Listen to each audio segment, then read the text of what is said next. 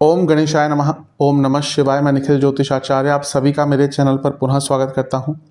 आशा करता हूं कि आप सभी स्वस्थ होंगे। महादेव की कृपा आप सभी पर सदैव बनी रहे। ये वीडियो धनु यानी कि सजिटेरियस के लिए बहुत महत्वपूर्ण है, क्योंकि वीडियो है शनि, गुरु, राहु, केतु, इन चारों ग्रहों के मिश्रित और सम्मिलित प्रभाव के बारे में जो आपके ऊपर पड़ने वाला है। देवगुरु बृहस्पति यानी कि जुपिटर, उनका ऑलरेडी राशि परिवर्तन हो चुका है और वो आपके छठे भाव में ऑलरेडी प्रवेश कर चुके हैं। 1 मई 2024 को ये हुआ था। जो बाकी बड़े ग्रह हैं शनि, केतु, राहु, इनमें से किसी का भी गोचर या किसी का भी राशि परिवर्तन इस वर्ष और नहीं होगा। लेकिन इसका मतलब ये नहीं कि ग्रहों के प्रभाव में बदलाव नहीं आएगा, क्योंकि जो सारे बड़े ग्रह हैं वो एक दूसरे से भी कहीं ना कहीं कुछ ना कुछ रिलेशन रखते ही हैं। अब जब गुरु यहाँ पे थे तो उनका बाकी ग्रहों के साथ संबंध कुछ अलग प्रकार का था, लेकिन जब आप गुरु यहाँ पर आ जाएंगे तो उनका संबंध कुछ अलग प्रकार का हो जाएगा और हम इन्हीं सब चीज़ों पर चर्चा करेंगे। वर्ष 2025 एक ऐसा वर्ष होगा जहाँ पर ये सारे ग्रह आसपास राशि बदलेंगे। मार्च के महीने में शनि महाराज का राशि परिवर्तन हो जाएगा और मई के महीने में इन तीनों ग्रहों का राशि परिवर्तन हो जाएगा। ये 2025 की बात कर रहा हूँ। तो जब इतना कुछ एक साथ होता है तो बहुत बड़े बड़े बदलाव जीवन में आते हैं, जैसा आप में से कई लोगों के जीवन में 2022 में आया होगा। अप्रैल 2022 में इन चारों ग्रहों ने एक ही साथ या आसपास ही राशि परिवर्तन किए थे। तो कई लोगों के जीवन में अच्छे या बुरे बदलाव आए होंगे, डिपेंडिंग ऑन कुंडली, उनका दशा अंतरदशा कैसा चल रहा था, योग क्या चल रहा था। वैसे ही अगले साल होगा, लेकिन ये साल मैं पहले ही बता चुका हूँ स्थिरता प्रदान करने वाला है, क्योंकि केवल बृहस्पति महाराज का ही गोचर होगा और वो भी वो स्थिर स्वभाव की राशि में जा रहे हैं। लेकिन जो उनका बाकी ग्रहों के साथ बदलाव या प्रभाव बदलेगा उसकी हम चर्चा करेंगे। ज्योतिष एक बहुत डायनामिक चीज़ है। ये जो चारों ग्रह हैं ये अराउंड आपके जीवन के 70 to 80% चीज़ों को प्रभावित करते हैं और जो इवेंट्स होते हैं मेजर जीवन के वो इन्हीं के इर्द गिर्द घूमते हैं। इसलिए चार ग्रह हमेशा ज्योतिष में सबसे महत्वपूर्ण होते हैं। ये जो वीडियो होगा इसको हम चार प्रमुख केंद्र बिंदु पर आधारित करेंगे। सबसे पहला होगा कि शनि महाराज और बृहस्पति महाराज का केंद्रादि योग, दोनों एक दूसरे से केंद्र में बैठे हैं। दूसरा होगा राहु महाराज, शनि महाराज और बृहस्पति, इन तीनों का प्रभाव आपके 12वें घर पर। बृहस्पति महाराज की होगी 7वीं दृष्टि, राहु महाराज की होगी 9वीं दृष्टि और शनि महाराज की होगी 10वीं दृष्टि। तो आपका 12वां भाव बहुत एक्टिवेट हो गया। दूसरा पॉइंट होगा तीसरा पॉइंट होगा गुरु, राहु और केतु का 10वें भाव पर प्रभाव, क्योंकि गुरु महाराज की 5वीं दृष्टि है, राहु महाराज की 7वीं दृष्टि है और केतु यहाँ पर बैठे हैं आपके 10वें भाव में। और अंतिम पॉइंट होगा गुरु और केतु महाराज की परस्पर दृष्टि और उन दोनों का ही प्रभाव आपके धन स्थान पर। तो ये चार प्रमुख केंद्र बिंदु होंगे जिन पर आधारित मेरा ये राशिफल होगा। प्रेडिक्शंस तो होंगे ही, लेकिन इस वीडियो का औचित्य मेन ये है कि आपको बताया जाए कि ग्रहों की ऊर्जा आपको किस डायरेक्शन में लेके जाना चाहती है, और यदि आपने वो समझने का प्रयास किया और अपने जीवन की ऊर्जा को सही डायरेक्शन में लगाया तो आपको अवश्य अच्छे फल प्राप्त होंगे। यदि आपकी लग्न राशि धनु है या आपकी चंद्र राशि धनु है, दोनों ही गाइडेंस के लिए राशिफल देख सकते हैं। ऐसा नहीं होगा कि आप बोलें कि लग्न राशि से अलग बताइए और अगर आपकी चंद्र राशि धनु है तो अलग बताइए। नहीं, अगर आपकी लग्न राशि धनु है या चंद्र राशि धनु है, दोनों ही के लिए यही राशिफल होगा। ये आपके ऊपर है, आपको कहाँ से ज़्यादा फल अच्छे मिलते हैं, कहाँ से ज़्यादा सटीकता बैठती है आपके लिए, वहाँ से देखिए। व्यक्तिगत तौर पे मैं हमेशा कहता आया हूँ कि यदि आपको अपनी लग्न राशि कन्फर्म है तो वहाँ से देखा कीजिए, अन्यथा चंद्र राशि से। कुछ बहुत विशेष उपाय आपको वीडियो के अंत में बताऊँगा जिसके करने से सकारात्मकता की वृद्धि होगी। तो शुरुआत करते हैं पहले केंद्र बिंदु से। शुरुआत करते हैं प्रथम केंद्र बिंदु से, जो कि जैसा मैंने कहा था वो होगा कि शनि महाराज और बृहस्पति महाराज का केंद्रादि योग। ये दोनों एक दूसरे से केंद्र भाव में बैठे हैं। ग्रह ऐसा नहीं है कि केवल अगर किसी भाव में बैठे, किसी ग्रह के साथ बैठे या उनको दृष्ट करें तभी उनका संबंध बनता है। जैसे मैंने कहा ज्योतिष बहुत डायनामिक है, उसको एक नज़रे से नहीं देख सकते। हर ग्रह कहीं ना कहीं दूसरे ग्रहों से किसी ना किसी एंगल से, किसी ना किसी प्रकार से जुड़ा रहता है। तो वैसे ही शनि और बृहस्पति एक दूसरे से केंद्र भाव में है, और कोई भी जब बड़े ग्रह एक दूसरे से केंद्र भाव में होते हैं, या कोई भी ग्रह, बड़े ग्रहों की बात नहीं है, कोई भी ग्रह, वो एक दूसरे को सपोर्ट करते हैं या प्रभावित करते हैं। अब यहाँ पर शनि और बृहस्पति जो दोनों ही बहुत महत्वपूर्ण ग्रह हैं कुंडली के, वो एक दूसरे से केंद्र में हैं, तो इसका प्रभाव आपके जीवन पर अवश्य पड़ेगा। शनि महाराज बैठे हैं उपचय स्थान में और बृहस्पति महाराज भी बैठे हैं उपचय भाव में। उपचय स्थान क्या होते हैं, बहुत बार बता चुका हूँ, 3, 6, 10, 11। अगर आगे बढ़ना है जीवन में ना, तो यही वो भाव हैं जो आपको अपनी मेहनत पे आगे लेके जाएंगे। यहाँ पे मैं भाग्य की बात नहीं कर रहा। भाग्य तो अगर है व्यक्ति का तो देखिए उसको कोई पकड़ ही नहीं सकता। कई ऐसे लोग हैं, आपने देखे होंगे अपने जीवन में, अच्छा भाग्य लेके पैदा हुए, अच्छे घर में पैदा हुए, जीवन में स्ट्रगल नहीं करना पड़ा। लेकिन हर व्यक्ति ऐसा नहीं होता, हर व्यक्ति प्रारब्ध में भाग्य लेके नहीं आता। कई ऐसे लोग भी होते हैं जिनका थोड़ा बहुत भले ही भाग्य साथ दे, लेकिन वो अपनी मेहनत से भी बहुत आगे बढ़ते हैं। भाग्य कहीं ना कहीं ज़रूरी होता है, लेकिन कई लोग अपने कर्मों से भी, जो उपचय भाव है उनके थ्रू, और थोड़ा सा भाग्य की हेल्प से आगे बढ़ सकते हैं। तो ये 3, 6, 10, 11 हमेशा इंपॉर्टेंट होते हैं। तो यहाँ पर शनि महाराज भी उपचय भाव में है और बृहस्पति महाराज भी उपचय भाव में है, यानी कि जीवन आगे बढ़ेगा। ये साल जो है वो जीवन की गति को, जीवन की प्रगति को, जीवन के चाल को, जीवन की लय को, सबको आगे बढ़ाने का है। ये वर्ष ही, ये जो 11 महीने का कालखंड ही है आपका, मई 2024 से मार्च 2025 तक का, ये अपने जीवन को आगे बढ़ाने का है। अपने जीवन की जो एक गाड़ी है उसको बहुत तेज़ रफ्तार से आगे भगाने का है। इसके साथ ही ये ऐसा वर्ष है जब आपको थोड़ा सा स्ट्रगल रहेगा, मैं मना नहीं करूंगा, क्योंकि आपके लग्नेश ही छठे भाव में है और स्टार्ट हो गया होगा, थोड़ा बहुत स्ट्रगल हो गया होगा, स्पेशली कार्य क्षेत्र में। इवन हेल्थ के पॉइंट ऑफ व्यू से थोड़ा सा कष्ट रहेंगे इस साल, लेकिन क्योंकि ये इस प्रकार का केंद्रादि योग बन रहा है तो स्ट्रगल्स, हार्डवर्क होगा, लेकिन साथ में अपॉर्चुनिटीज़ भी आएंगी। तो अगर आप हार्डवर्क करते हैं और अपॉर्चुनिटीज़ मिलती है तो व्यक्ति को इतना बुरा नहीं लगता, और यही आपके साथ इस साल होगा। करियर के लिए बहुत इंपॉर्टेंट भाव है, क्योंकि तीसरा भाव करियर से भले ही डायरेक्टली इंपैक्ट ना हो, लेकिन वो स्किल्स का भाव है, और 10वें से छठा भाव है, यानी कि दिखाता है कि आप कितने कॉम्पिटिटिव हैं कार्य क्षेत्र में। और छठा भाव अपने आप में करियर से डायरेक्ट इंपैक्ट रखता है, क्योंकि वो अर्थ त्रिकोण है और 10वें भाव से त्रिकोण स्थान बन जाता है, अर्थ त्रिकोण का एक हिस्सा होता है। तो ये ऐसा वर्ष है जो आप अपने करियर में बहुत तेज़ गति से ग्रो कर सकते हैं। ये साल भले ही हार्डवर्क अवश्य हो, लेकिन आपकी जो प्रगति है आपके कार्य क्षेत्र में वो बहुत तेज़ गति से होगी। कॉन्फिडेंस बहुत रहेगा। उपचय भाव में ये दोनों ग्रह कॉन्फिडेंस बहुत देंगे, और इसके साथ ही नए रिस्क आप ले पाएंगे। रिस्क टेकिंग एबिलिटी और कैपेबिलिटी दोनों ही आपके अंदर बहुत प्रचुर मात्रा में होगी, और थोड़ा बहुत तो रिस्क लेना ही पड़ता है अगर जीवन में आगे बढ़ना है। आज का टाइम ऐसा नहीं है कि आप बैठे रहें और सब कुछ आपको प्राप्त हो जाए। थोड़ा बहुत रिस्क, थोड़े बहुत बदलाव तो अनिवार्य हो जाते हैं। कहीं ना कहीं एक चैलेंजिंग स्वभाव होगा, चैलेंजिंग नहीं बल्कि चैलेंज को एक्सेप्टिंग वाला स्वभाव होगा। आप नए चैलेंजेस को एक्सेप्ट कर पाएंगे और उनके दम पर अपने जीवन को आगे बढ़ा पाएंगे। और ये दोनों ही भाव कहीं ना कहीं स्किल्स से संबंध रखते हैं, तीसरा भाव भी और छठा भाव भी। तो ये ऐसा वर्ष है जब आपका स्किल जो है, स्किल लेवल है, वो एक अलग ही लेवल पर पहुंच जाएगा। ये आपके पर्सनल लाइफ पे भी अप्लाई करेगा, इम्प्लाई करेगा, और आपके प्रोफेशनल लाइफ पर भी अप्लाई करेगा।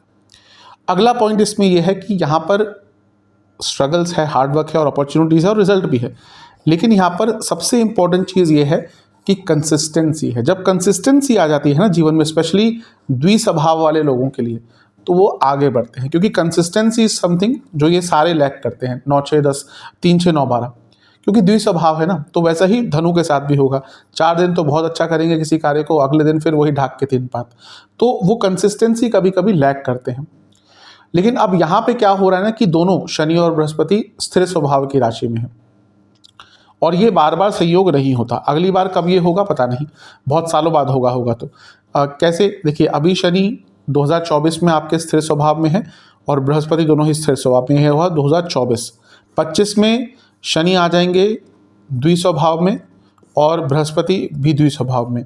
26 में क्या होगा, शनि महाराज यहीं पर रहेंगे, बृहस्पति आ जाएंगे चर स्वभाव की राशि में। 27 में क्या होगा, बृहस्पति आ जाएंगे चर स्वभाव की राशि में, बृहस्पति आ जाएंगे आपके स्थिर स्वभाव की राशि में। तो ये दोबारा कब होने वाला है कि दोनों ही स्थिर स्वभाव की राशि में है, ये नहीं पता है, बहुत टाइम बाद होगा। तो तभी मैंने कहा कि ये वर्ष स्थिरता का है। अगला वर्ष जीवन में बहुत बड़े बदलाव लाएगा सबके, तो स्थिरता उससे पहले ही जीवन में ले आएंगे तो बहुत अच्छा है। तो यहाँ पर consistency in hard work, consistency in result and consistency in everything related to your life, सब कुछ दिख रहा है। तो स्टेबिलिटी अगर आपको प्राप्त करनी है इस वर्ष से अच्छा साल नहीं हो सकता। अगला पॉइंट यह है कि यहाँ पे रिजल्ट ओरिएंटेशन रहेगा। कई बार ऐसा होता है हम काम करते हैं, मेहनत करते हैं, रिजल्ट नहीं मिलता, या फिर हमारी कभी कभी मेहनत भी विदाउट रिजल्ट ओरिएंटेशन होती है, यानी कि हम कर रहे हैं, हमें पता नहीं कि इसका रिजल्ट क्या होगा। ये साल ऐसा नहीं होगा, अलग होगा। यहाँ पे आपको रिजल्ट बहुत अच्छे मिलेंगे और आपके माइंड में क्लैरिटी रहेगी कि हाँ मैं ये कर रहा हूँ या कर रही हूँ तो मुझे ये प्राप्त होना है, और कैसे प्राप्त होना है, कब प्राप्त होना है, ये आपको पता रहेगा। तो ये बहुत अच्छी चीज़ है। और कंपटीशन और एनिमीज दोनों को ही अंत करने के लिए साल बहुत अच्छा है, क्योंकि जब यहाँ पर शनि बैठे हैं, यहाँ पर बृहस्पति बैठे हैं, ये व्यक्ति का कॉन्फिडेंस बढ़ाता है, ये व्यक्ति को आगे बढ़ाता है, स्किलफुल बनाता है, उसकी करेज बढ़ाता है। और ये कंपटीशन का भाव है, दोनों केंद्रादि योग में है, और बृहस्पति यहाँ पे और यहाँ से 10वें में शनि है, यानी कि अपने एनिमीज पर, अपने कंपटीशन पर विजय प्राप्त करने के लिए, उन पर काम करने के लिए ये साल बहुत अच्छा है। तो किसी भी फील्ड में कंपटीशन हो, स्टूडेंट्स हो, जॉब हो, हर व्यक्ति के जीवन में आज कंपटीशन है। जो लोग घर में भी रहते हैं, अगर हाउस वाइफ भी है, उनको भी कहीं ना कहीं कंपटीशन फेस करना पड़ता है हर जगह पे। तो हर प्रकार के कंपटीशन में आप आगे बढ़ेंगे, अपनी एनिमीज पर विजय प्राप्त करेंगे। और सबसे इंपॉर्टेंट चीज़ ये है कि जो साल है ना, गिर के उठने का है। होता है, देखिए ऐसा मैं नहीं कहूँगा हर धनु व्यक्ति के साथ, बहुत धनु वाले व्यक्ति के साथ बहुत बुरा चल रहा होगा, ये सबके साथ बहुत अच्छा चल रहा होगा, नहीं। कुंडलियाँ अलग होती हैं, राशिफल में सामान्य चीज़ें बता सकते हैं, लेकिन कई ऐसे लोग होंगे जिनके साथ बहुत बुरा चल रहा था, वो नहीं अपॉर्चुनिटी मिल रही थी। कभी कभी होता है कि बुरा टाइम चलता रहता है, चलता रहता है, चलता रहता है, हम मौका ढूंढते हैं कि एक अपॉर्चुनिटी मिल जाए। ये ऐसा साल है जो लोग गिर गए थे अपने जीवन में, यानी कि जिनको सक्सेस नहीं मिल रही थी, उनको पुनः गिर के उठने का एक मौका मिलेगा। तो इस वर्ष का अवश्य उपयोग कीजिएगा। और अंतिम पॉइंट इस केंद्र बिंदु का ये है कि बृहस्पति आपके लग्न और चौथे भाव के स्वामी हैं, यानी कि लग्न हुए आप, चौथा भाव आपकी फैमिली और आपकी लग्जरीज, आपका सुख, भौतिक एवं मानसिक सुख, और शनि हुए धन स्थान के स्वामी और एफर्ट्स यानी कि तीसरे भाव के स्वामी। तो ये ऐसा साल है जब ये दोनों चारों भावों के स्वामी एक दूसरे से केंद्र में बैठे हैं, तो आप अपने लिए तो कुछ करेंगे, अपने परिवार के लिए भी अपने एफर्ट्स के द्वारा धन अर्जित करके उनको बहुत कुछ दे पाएंगे। यानी कि ये आपके उत्थान का साल है और आपके परिवार का भी उत्थान का साल है। बहुत संभावना है, बहुत प्रोबेबिलिटी है कि आप इस वर्ष अपने परिवार के लिए कुछ बहुत विशेष कर पाएंगे, जिससे वो आप पर प्राउड फील कर पाएंगे। तो ये साल अच्छा है। इन सब केंद्र बिंदु, इन सब पॉइंट्स पर ध्यान दीजिएगा। अगले केंद्र बिंदु पे चलते हैं दूसरे केंद्र बिंदु की तरफ। और दूसरा केंद्र बिंदु है कि आपका जो 12वां भाव है वो ट्रिपल एक्टिवेटेड है। बृहस्पति महाराज की दृष्टि है 7वीं, राहु महाराज की 9वीं, शनि महाराज की 10वीं। तो आपका 8वां भाव, जो 12वां स्थान है आपका, वो ट्रिपल एक्टिवेटेड है, यानी कि 3 बड़े ग्रहों का प्रभाव है। केवल शनि और गुरु भी अगर किसी भाव को देखते हैं तो वो बहुत ज़्यादा एक्टिवेट हो जाता है। ये डबल ट्रांजिट थ्योरी होती है ज्योतिष की। कई नाड़ी ग्रंथों में इसका विवरण है। जो one of my gurus K N. Rao साहब, उनका भी एक थ्योरी डबल ट्रांजिट का रहा था, और वो बहुत प्रैक्टिकल एक अप्रोच है। कई चीज़ें उन्होंने सिर्फ इन दोनों ग्रहों के ऊपर प्रेडिक्ट करी थी, और हम भी जो उनके शिष्य हैं, मैं नहीं, कई शिष्य हैं उनके आज भारत में, विदेश में, तो वो डबल ट्रांजिट थ्योरी बहुत एप्लीकेबल होती है। तो यहाँ पर यही हो रहा है कि शनि महाराज की 10वीं दृष्टि और गुरु महाराज की 7वीं दृष्टि, यानी कि डबल ट्रांजिट थ्योरी एक्टिवेट है, और 12वां भाव आपका बहुत ज़्यादा प्रभावित है। गुरु और शनि जब मिलके 12वें भाव को देख रहे हैं, 12वां भाव कई चीज़ हैं, 12वां भाव खर्चे है, सब कुछ है, लेकिन 12वां भाव अंत है। इसका अर्थ क्या हुआ? अंत का मतलब ये हुआ कि आपकी एक लाइफ साइकिल का अंत होगा और एक नया चरण आपके जीवन का स्टार्ट होगा। कई बार होता है, व्यक्ति सोचता है कि अब एक कुछ नया स्टार्ट करना है जीवन में, प्रॉब्लम से निकलना है, एक नया लाइफ साइकिल स्टार्ट करना है। ये जो गुरु और शनि मिलकर आपके 12वें घर को देख रहे हैं, जो अंत का है, और कई बार मैंने कहा है कि अंत से आरंभ होता है, तो अंत को कभी भी अंत नहीं मानना चाहिए, क्योंकि जीवन में कुछ भी रुकता नहीं है। एक व्यक्ति की अगर मृत्यु भी होती है तो उसकी जो आत्मा है वो परमात्मा में जाकर विलीन होकर फिर पुनः अपना एक नया साइकिल स्टार्ट करती है। तो कुछ भी रुकता नहीं है। Energy can not be created, can not be destroyed, ये थ्योरी है। तो वो कहीं ना कहीं चलता ही रहता है सब कुछ। हमें लगता है कि अंत हो गया, लेकिन किसी चीज़ का अंत किसी चीज़ का आरंभ होता है। तो ऐसा ही यहाँ पर है कि आपका जो 12वां भाव है वो बहुत एक्टिवेट है, जो अंत दिखाता है। तो अंत किस चीज़ का? अब यहाँ पे मृत्यु की बात नहीं कर रहे हैं हम, यहाँ पे हम बात कर रहे हैं कि आपके जीवन के एक लाइफ साइकिल का अंत होगा, एक चरण का अंत होगा, जहाँ पे आप बहुत चीज़ों में शायद घिरे हुए थे। अब आप एक कॉन्शियस एफर्ट लेंगे कि अपने जीवन में एक नई शुरुआत करनी है और उसमें आपको सफलता प्राप्त होगी। दूसरा पॉइंट ये है कि गुरु क्योंकि 12वें घर को देख रहे हैं और राहु भी 12वें घर को देख रहे हैं, तो यहाँ पर विदेश से आपको लाभ होगा। क्यों? क्योंकि गुरु अपने आप में लाभ के कारक हैं, आपके लग्नेश हैं, और राहु विदेश के कारक है। तो विदेश के कारक ने विदेश पर एक प्रभाव डाला और बृहस्पति का प्रभाव भी, यानी कि आपको विदेश की चीज़ों से, विदेश से कई प्रकार के बड़े बड़े लाभ प्राप्त होंगे। अगर आप एमएनसी में काम करते हैं, विदेश से संबंधित बिजनेस है आपका, तो बहुत अच्छा ये वर्ष रहने वाला है। इसके साथ ही विदेश में सेटलमेंट के लिए, अगर आप ऐसे हैं कि विदेश में ऑलरेडी रहते हैं और सेटल होना चाहते हैं, सबसे अच्छा साल है। कारण क्या है?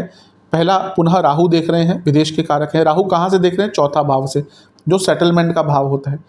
और गुरु भी देख रहे हैं, 12वां भाव एक्टिवेट हो गया। दूसरा, गुरु चौथे भाव के स्वामी हैं और गुरु पर राहु का प्रभाव भी है, क्योंकि राहु बृहस्पति की राशि में है। बता चुका हूँ कि राहु केतु जिसकी राशि में बैठते हैं उस भाव पर भी उस ग्रह पर भी प्रभाव डालते हैं और वाइसा वर्सा, यानी कि राहु पर भी बृहस्पति का प्रभाव है। तो विदेश में सेटल होने के लिए, यानी कि जो लोग ऑलरेडी जा चुके हैं, अब पीआर अप्लाई करना चाहते हैं, ग्रीन कार्ड लेना चाहते हैं, यूएसए में है तो कहीं और पे है तो रेजिडेंसी लेना चाहते हैं, तो उनके लिए ये वर्ष बहुत अच्छा है। चीज़ें आपके फेवर में बहुत तेज़ गति से बढ़ेंगी। इसके साथ ही जो 12वां भाव है ये 10वें से तीसरा भाव, यानी कि 10वें के स्किल्स का, 10वें की कार्यकुशलता, यानी कि कर्म के, कार्य के, कार्यक्षेत्र के, करियर की कार्यकुशलता का भाव। तो ये ऐसा साल है जब आपको अपने कार्य क्षेत्र में अपनी स्किल्स को बढ़ाने का मौका मिलेगा और जो व्यक्ति आज स्किलफुल है वही सक्सेसफुल है। अगली चीज़ ये है कि, अगला पॉइंट ये है कि ये आपके ऋण के अंत का होता है। ये ऋण का भाव है, उससे जो सप्तम हुआ वो उसके अंत का हुआ। तो अगर आपके ऊपर कोई ऋण था, कोई डेट था, वो उसका अंत इस वर्ष में हो सकता है। अब ये मैं नहीं कहूँगा सबके लिए हो जाएगा, हो सकता है अगर आपके पास बहुत ही बड़ा ऋण था तो शायद नहीं हो पाए, लेकिन अगर छोटा मोटा ऋण था वो आपकी इनकम कैपेबिलिटी पे है, पैसा तो इस वर्ष आएगा, तो बहुत हद तक आप अपने डेट्स को, अपने ऋण को कम करने में या पूरा करने में सक्षम होंगे। और ये जो 12वां भाव होता है ये लीगल प्रॉब्लम्स का भी अंत करता है, क्योंकि पुनः लीगल भाव उसका सप्तम, उसका अंत भी दिखाता है। तो कई आपकी जो लीगल प्रॉब्लम्स चल रही थी उसका भी इस साल में निवारण हो सकता है। इसके साथ ही जैसे मैंने कहा, ये नवम भाव जो है, ये 12वां स्थान जो है ये अंत का होता है। इसका मतलब ये भी है कि आपकी पर्सनैलिटी में बहुत चेंज आएंगे। आप कॉन्शियसली इस वर्ष अपनी पर्सनैलिटी में चेंजेस लाएंगे और आप देखेंगे कि शायद आप ना उतना ऑब्जर्व कर पाएँ, आपके आसपास वाले लोग अगले साल अवश्य बोलेंगे कि हाँ, इस साल आपकी पर्सनैलिटी में बहुत चेंजेस आए हैं और वो भी अच्छे चेंजेस आए हैं। जैसे मैंने कहा ना, अंत से आरंभ होगा, तो एक नई पर्सनैलिटी, आपको पता चल जाएगा कि मुझे क्या करना। जो व्यक्ति को पता होता है कि मुझे क्या करना है, क्या नहीं करना, वही व्यक्ति सक्सेसफुल होता है और वो सारा पर्सनैलिटी डेवलपमेंट आप इस वर्ष अपने लिए कर पाएंगे। अगली चीज़ ये है कि यहाँ पर आप बहुत अननेसेसरी लोगों को और अननेसेसरी चीज़ों को, अननेसेसरी आदतों को अपने जीवन से उनका अंत कर पाएंगे, बाय बाय कर पाएंगे। 12वां भाव जैसे मैंने कहा अंत का होता है, ये अच्छे प्रभाव से भी अंत दिखाता है। ये रोग का स्थान है, खर्चों का स्थान है, सब चीज़ों का स्थान है, लेकिन ये अंत का भाव भी है। और अगर आपको अपनी एडिक्शंस का अंत करना है, आपका फ्रेंड सर्कल बुरा है, आप बहुत टाइम से सोच रहे थे कि नहीं भाई अब इनसे और नहीं मिलना, लेकिन नहीं कर पा रहे थे, कहीं ना कहीं सोशल सर्कल में जुड़ गए थे उन लोगों से, या कोई ऐसा व्यक्ति है जो आपको बहुत प्रभावित करता है नेगेटिवली, इन सब चीज़ों से निकलने का आपको मौका मिलेगा। और सबसे महत्वपूर्ण चीज़ ये है कि आप कुछ इस वर्ष ऐसा कर पाएंगे जो आप बहुत वर्षों से सोच रहे थे कि मुझे ये करना। आप कुछ, फॉर एग्जांपल, आप म्यूज़िक सीखना चाहते थे, आप कुकिंग सीखना चाहते थे, या अपने करियर के लिए कुछ करना चाहते थे, बिजनेस के लिए कुछ करना चाहते थे, वो नहीं कर पा रहे थे बहुत वर्षों से। ये वो साल होगा जब बस आप उस कार्य को स्टार्ट कर पाएंगे। इसलिए ये 12वें भाव का एक्टिवेशन भी आपके लिए बहुत महत्वपूर्ण है। यहाँ अगले केंद्र बिंदु की तरफ वह है कि आपका जो 10वां भाव है वो यहाँ पर बहुत एक्टिवेटेड है। कैसे? बृहस्पति महाराज की दृष्टि है, राहु महाराज की दृष्टि है और केतु खुद स्वयं बैठे हैं। और 10वां भाव क्या हुआ? करियर का, इसलिए बहुत इंपॉर्टेंट है। और कर्म स्थान है और केंद्र भाव, सबसे स्ट्रॉन्ग केंद्र भाव है। तो ये जो वर्ष है आपका, ये आपका बहुत इंपॉर्टेंट है। सबसे पहला पॉइंट जो है इसका करियर के लिए, केतु क्या है, वो चेंजेस दिखाते हैं करियर में। हाँ, हो सकता है आप में से कई लोगों के जीवन में जब केतु का गोचर हुआ था, यानी कि नवंबर 2023 के शुरुआत में, हो सकता है कुछ उथल पुथल हुई हो सकता है कई लोगों की जॉब भी गई हो जिनकी दशांतर दशा अच्छी नहीं चल रही, लेकिन अब वो टाइम हो चुका है, अराउंड 6-7 महीने हो चुके हैं, निकल चुके हैं उस बात को। और अब केतु का एक अलग प्रभाव आएगा। केतु क्या करते हैं, वो चेंजेस लाते हैं, और केतु करियर में स्किल को अपलिफ्ट करते हैं, क्योंकि स्किल के कारक हैं केतु, सूक्ष्मता के कारक हैं, आपको अपने करियर में नॉलेज प्राप्त करवाएंगे। गुरु क्या है, गुरु भी छठे भाव में है और ग्रोथ के कारक हैं, और वो भी नॉलेज के कारक हैं। तो आपके 10वें भाव यानी कि आपको अपने करियर में बहुत कुछ सीखने का अवसर मिलेगा, ऑन द जॉब ट्रेनिंग भी होगी, on the job skill development भी होंगे, प्रैक्टिकल एक्सपोजर। सबसे बड़ा ये जो भाव होते हैं ना, ये प्रैक्टिकल एक्सपोजर दिखाते हैं। ये चलो लर्निंग है, ये लर्निंग है, यहाँ से भी लर्निंग आती है, यहाँ से भी, लेकिन प्रैक्टिकल एक्सपोजर क्या होता है, वो तो कर्म स्थानी देगा ना। आपने दुनिया भर की किताबें पढ़ी हों, लेकिन जब कार्य करने गए तो चीज़ें बदल गई। ऑन द फ्लोर जब आप जाते हैं तो चीज़ें बदल जाती हैं। आप कितना भी पढ़ के रखें, आप कितना भी आपको जुडिशियल नॉलेज हो, जब आप कटघरे में जब आप अदालत में वकालत कर रहे होंगे ना, तो चीज़ें बदल जाती हैं। आपने कितने भी ज्योतिष की बुक्स पढ़ी हो दुनिया भर की, जब क्लाइंट सामने बैठते हैं ना, तो चीज़ें बदल जाती हैं। तो प्रैक्टिकल एक्सपोजर और थ्योरेटिकल नॉलेज, उसमें बहुत फ़र्क होता है। तो यहाँ पर चीज़ें थोड़ी सी बदल जाती है। तो यहाँ पर आपको प्रैक्टिकल एक्सपोजर मिलेगा और उसके दम पर अपने करियर को आगे बढ़ाएंगे।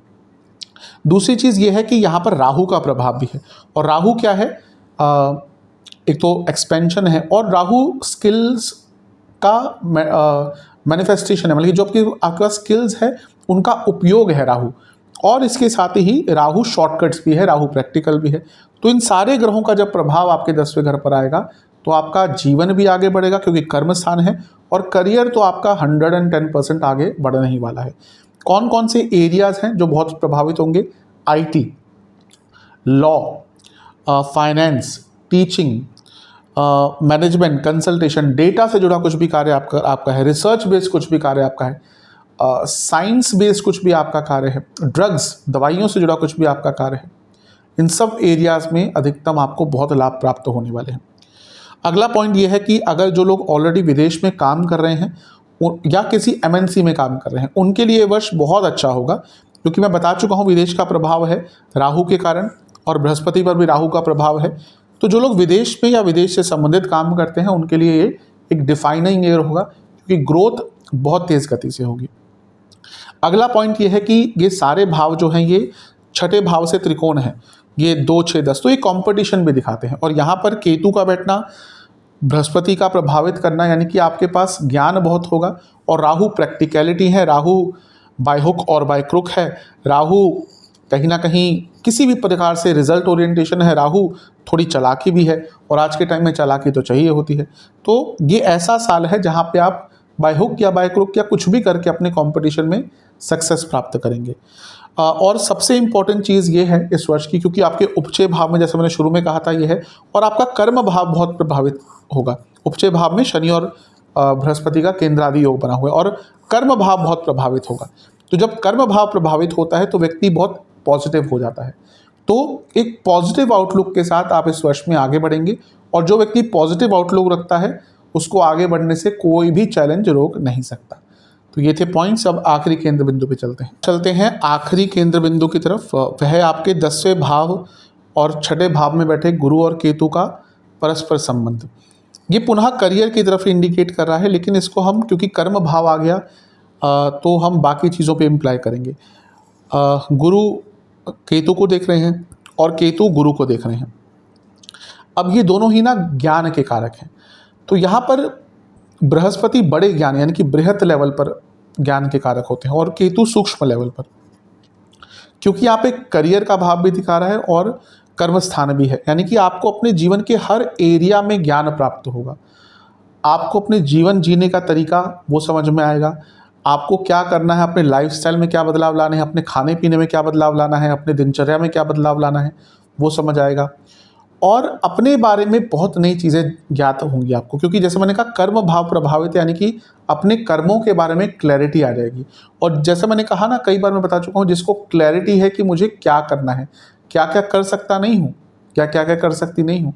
जो व्यक्ति ये सोचता है ना, मैं बहुत कुछ कर सकता हूँ, बहुत कुछ कर सकती हूँ, अधिकतम ऐसे लोग ना सफलता नहीं प्राप्त करते। फॉर एग्जाम्पल, किसी को पता है मैं 20 चीज़ें कर सकता हूँ, वो वही घूमता रहेगा उस चीज़ों में कि मेरे को ये भी करना है, वो भी करना है। एक व्यक्ति ऐसा है ना जिसको पता है कि मुझे 2 चीज़ें आती हैं, मैं 2 चीज़ें ही करूँगा, फिर मुझे बहुत कुछ आता है लेकिन मैं करूँगा 2 चीज़ें, वो हमेशा सक्सेसफुल होगा। तो ये ऐसा वर्ष है जब आपके कर्मों में एक क्लैरिटी आएगी, एक दूरदर्शिता आएगी और उसके जीवन पर आप अपने जीवन में आगे उसके बेसिस पर अपने जीवन में आगे बढ़ पाएंगे। और केतु और गुरु क्योंकि मिलके आपके धन स्थान को भी देख रहे हैं, ये अपने आप में बता रहा है कि आपके सोर्स ऑफ इनकम में चेंज आ सकता है, यानी कि हो सकता है आपका जॉब या आपके जॉब का प्रोफाइल उसमें थोड़ा बदलाव हो। ये नई इनकम के सोर्सेज भी खोलेगा, इन्वेस्टमेंट के ऑप्शंस खोलेगा और अगर आपने इन्वेस्टमेंट कहीं पे करके रखी है तो उसका ROI यानी कि रिटर्न ऑफ इन्वेस्टमेंट भी आपको इस वर्ष बहुत अच्छा मिल सकता है। और सबसे इंपॉर्टेंट चीज़ है ये जो आपका कर्म त्रिकोण है वो एक्टिवेट हो गया, और कर्म त्रिकोण अगर बृहस्पति और केतु के द्वारा एक्टिवेट हो रहा है यानी कि आपके कर्मों का मैनिफेस्टेशन होगा। आजकल मैनिफेस्टेशन बहुत चल रहा है सोशल मीडिया पर मैनिफेस्टेशन बिना कर्मों के नहीं होता। ऐसा नहीं कि आपने एक पर्ची पे लिख दिया, रात को तकिए के नीचे रख दिया और सुबह मैनिफेस्टेशन हो जाएगा। ये सब बेबुनियाद बातें होती हैं, कर्म आधारित चीज़ें होती हैं। ज्योतिष बताता है कि कर्म कहाँ करने हैं। तो कर्म त्रिकोण के एक्टिवेट होने के कारण मैनिफेस्टेशन, आपके कर्मों का रिजल्ट आपको प्राप्त होगा। और जब कर्मों का रिजल्ट प्राप्त होता है तो व्यक्ति खुश फील करता है, अच्छा फील करता है, क्योंकि आप मेहनत कर रहे हैं, कर्म का कोई रिजल्ट नहीं मिल रहा तो व्यक्ति हमेशा डिजेक्टेड हो जाएगा। वहीं अगर आपने मेहनत करी और कर्म मिल गया तो व्यक्ति खुश हो जाएगा। तो ये ऐसा वर्ष है जब कर्मों में सफलता मिलेगी। और क्योंकि अर्थ त्रिकोण यानी कि धन भाव से त्रिकोण स्थान एक्टिवेटेड है, यानी कि आर्थिक संपन्नता का वर्ष है, आपका आर्थिक विकास इस वर्ष होकर रहेगा। उपाय की बात कर लेते हैं। ये उपाय किसी भी दिन कर सकते हैं, कोई विशेष दिन नहीं है। और जब भी वीडियो देखें उसके अगले दिन कर सकते हैं, या जब भी आपको सूटेबल हो, आपके समय अनुसार ये उपाय कर सकते हैं। शिव मंदिर जाइएगा, जो नहीं जा सकते शिव मंदिर, जो विदेश में है, जितना यथासंभव घर में होता है हो सकता है, वरना मानसिक रूप से पूजा करें। जो जा सकते हैं, भारत में रहते तो अवश्य जाने चाहिए, क्योंकि भारत में तो मंदिरों की कमी नहीं है। और अगर आप मंदिर नहीं जाते तो मंदिर जाना ये कहीं ना कहीं, अगर आप सनातनी हैं तो आपके जीवन का हिस्सा होना चाहिए। तो क्योंकि कई लोग बोलते हैं हम मंदिर नहीं जा पा रहे, अगर भारत में हम मंदिर नहीं जा रहे तो कहीं ना कहीं थोड़ी बहुत गलती है आपकी, क्योंकि भारत में मंदिरों की कोई कमी नहीं है। तो उपाय क्या करना है, आपको शिव मंदिर जाना है और सबसे पहले पूरे शिव परिवार का नंदी देवता सहित गंगा जल से अभिषेक करना है। फिर पंचामृत से अभिषेक करना है। पंचामृत में क्या होता है, दूध, दही, घी, शहद और शक्कर। और इसके साथ ही पंचामृत से अभिषेक करने के बाद पुनः गंगा जल से अभिषेक करना है। फिर आपको 4 घी के दिए अर्पण करने हैं। हर घी के दिए में एक एक इलायची का दाना होना चाहिए, एक एक इलायची पूर्ण मतलब कि होनी चाहिए। फिर ओम काल पुरुषाय नमः मंत्र का जाप करना है 108 बार। 4 प्रकार के फूल अर्पण करने हैं, 4 प्रकार की मिठाई का भोग लगाना है और 4 प्रकार के फलों का भी भोग लगाना है। ये सब हो गया आपका प्रोसीजर। उसके बाद कुछ फूल उठा लेने हैं और शाम को सूर्यास्त के बाद पीपल के पेड़ के नीचे छोड़ देने हैं। और वो जो मिठाई आपने भोग लगाई है शिव परिवार को, उसमें से थोड़ा सा सेवन खुद कर लेना है। ये उपाय आप कर लेंगे, आपके लिए अधिकतम प्रभाव अच्छे ही रहेंगे। आशा करता हूँ कि वीडियो आपके काम आएगा। चैनल पे नए हैं तो सब्सक्राइब कर लीजिए, वीडियो को लाइक कर लीजिए। मिलता हूँ अगली वीडियो में, तब तक के लिए ओम नमः।